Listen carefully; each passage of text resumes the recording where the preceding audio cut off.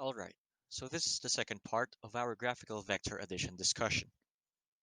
In this video, we are now going to use the parallelogram method to solve the same example that we had in part 1. More or less, we would expect to have almost the same value for our resultant vector. We begin by again drawing our Cartesian plane with the appropriate labels on its axis.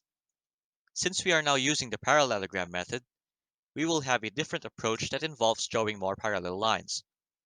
When there are more than two vectors given in the problem, select any two of these vectors to be used in drawing your first parallelogram.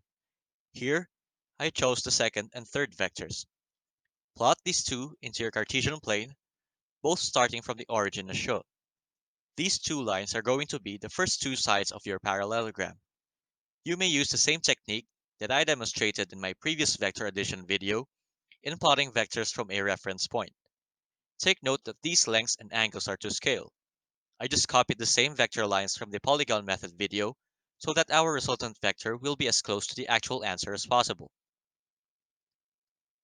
Next, for each vector, draw a parallel line that intersects the endpoint or arrowhead of the other vector.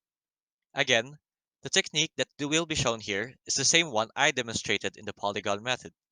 You may pause the video every now and then to follow each step that takes place.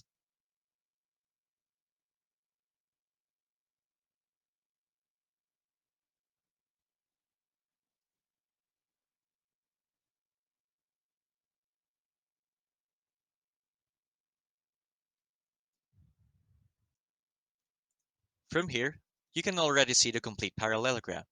It will look something like this. Now, draw the resultant vector of v2 and v3, starting from the origin and drawing the parallelogram's diagonal from that point.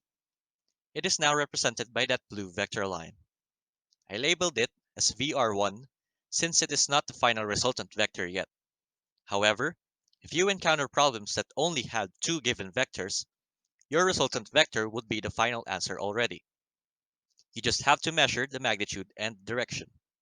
But since we have a problem with three vectors, we continue our graphical problem solving. At this point, you can already ignore the vector and parallel lines of v2 and v3. Repeat steps b through e, but now using vr1, as well as the left out vector v1 as your new pair of vectors. Your parallelogram should look something like this, and consequently, your resultant vector would look like this. If you measure the resultant vector that you just made, you would come up with more or less the same result as the one we did using the polygon method. This shows a comparison of the plotted vectors between the polygon and parallelogram methods. Notice that the end results of both methods delineated the same resultant vector represented by the red arrow. So there you have it. I hope you would be able to practice both graphical methods. I don't have a set schedule of when I post tutorial videos, so make sure to drop by my channel every now and then, or turn on notifications for this channel.